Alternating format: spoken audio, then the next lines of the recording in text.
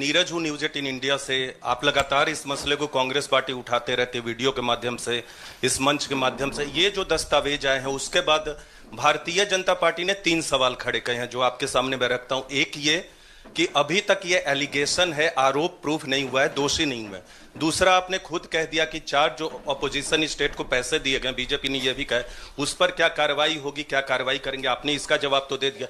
और तीसरा, उन्होंने सवाल ये खड़ा किया है कि क्योंकि संसद का सत्र आने वाला है, 20 जनवरी को डोनाल्ड ट्रंप आने वाले हैं, इसकी टाइमिंग को लेकर भी सवाल खड़े हो रहे हैं। क्या ये जो अमेरिका से जो अमेरिका ने इन्वेस्टिगेशन जो बीजेपी ने कहा वो मैं आपके सामने रख रहा हूं। तो ये 3 सवाल है, एक का जवाब आपने दे दिया है कि कोई भी राज्य हो उस पर कार्रवाई हो, बाकी 2 के जवाब। तो आप बीजेपी के सवाल यहां क्यों रख रहे हो?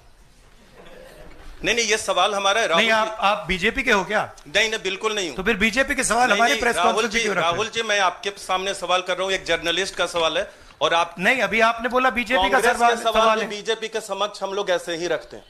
नहीं, बार-बार नहीं, देखिए, आप मुझे बोलने दीजिए। मेरे सवाल का जवाब दीजिए। आपने सवाल पूछा, मैं बोल रहा हूं आपका जवाब, आपका सवाल का जवाब। ये मेरा सवाल है, बीजेपी का नहीं, मेरा सवाल। नहीं, आपने अभी 2 मिनट पहले कहा कि ये बीजेपी के सवाल हैं। आपने ही स्वयं, यस, ब्रदर, आपने स्वयं बोला बीजेपी ने इसको रखा है सामने, इस मसले पे मैंने ये कहा है। नहीं, आपने बोला ये बीजेपी के सवाल हैं और मैं पूछ रहा हूं। I know, but I am just stating a fact.